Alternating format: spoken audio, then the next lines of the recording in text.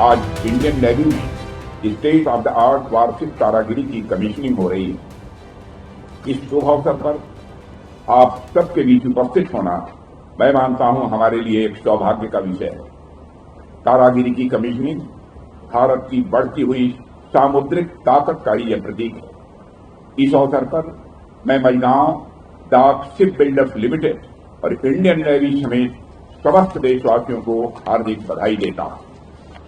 साथियों, आज हम सिटी ऑफ डेस्टिनी विशाखापट्टनम में उपस्थित हैं। यह शहर अपने आप में भारत की समुद्री शक्ति का यह साक्षी रहा है। इसलिए विशाखापट्टनम से INS तारागिरी की कमीशनिंग अपने आप में एक बहुत ही महत्वपूर्ण मोमेंट है। साथियों, हमारी सांस्कृतिक विरासत से लेकर आज की स्ट्रेटेजिक रियलिटीज तक समुद्र ने हमेशा भारत की दिशा तय की।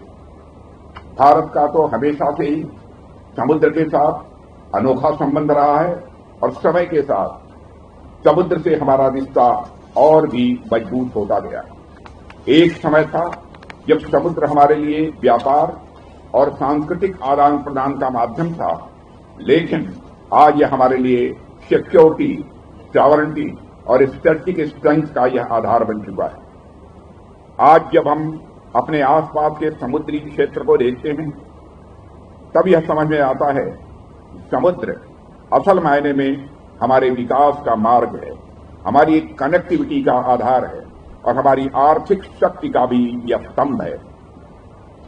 इतिहास में भी आप देखिए, पिछले 200-300 वर्षों में जिन भी देशों ने मैरीन पावर पर अपना ध्यान केंद्रित किया, उनका विकास तेजी के साथ हुआ।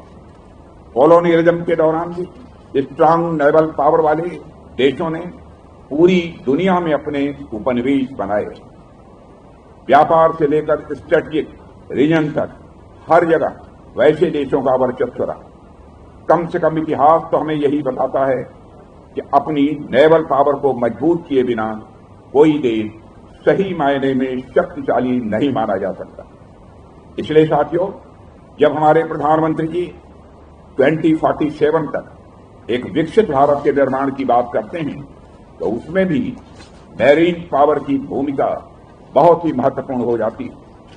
11,000 किलोमीटर से ज्यादा लंबी कोस्ट लाइन वाला यह देश, तीन ओर से समुद्र से घिरा हुआ हमारा देश अपने विकास को समुद्र से अलग करके किसी भी सूरत में नहीं देख सकता।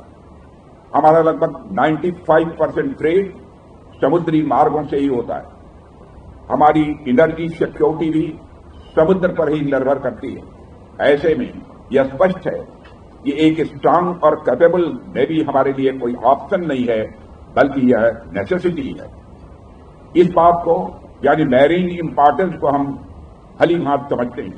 इसलिए आपने देखा होगा कि हमारी नेवी, चाहे वह पर्शियन गल्फ हो या मलक्का स्टेट, लगातार इंडियन ओशन में अपनी प्रेजेंस बनाए रखती है। जब भी कोई संकट आता है, चाहे वह इवैक्यूएशन ऑपरेशन हो या ह्यूमैनिटेरियन असिस्टेंस प्रदान करना हो, हमारी नेवी हमेशा सबसे आगे रहती है। हमारी नेवी भारत के वैल्यूज और कमिटमेंट का मैं मानता हूं एक सिंबल है, उसका यह प्रतीक है। INS तारागिरी की कमीशनिंग हमारी नेवी की ताकत में, वैल्यूज में तथा कमिटमेंट में और वृद्धि होगी, ऐसा मेरा विश्वास है। साथियों, आज का सिक्योरिटी इन्वायरमेंट तेजी से बदल रहा है और आप सभी ये महसूस कर रहे होंगे कि मैरीटाइम डोमेन अब कितना यह महत्वपूर्ण हो गया है।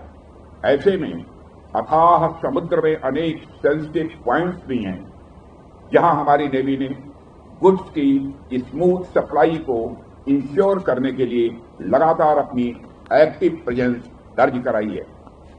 जब भी वहां तनाव की स्थिति होती है, इंडियन नेवी ने हमारे कमर्शियल शिप, ऑयल टैंकर की सिक्योरिटी इंश्योर की।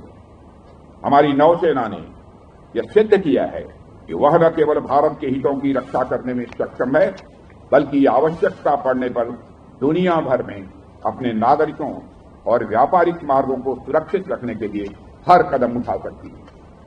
यह कैपेबिलिटी भारत को एक रेस्पॉन्सिबल मैरीटाइम पावर बनाती है।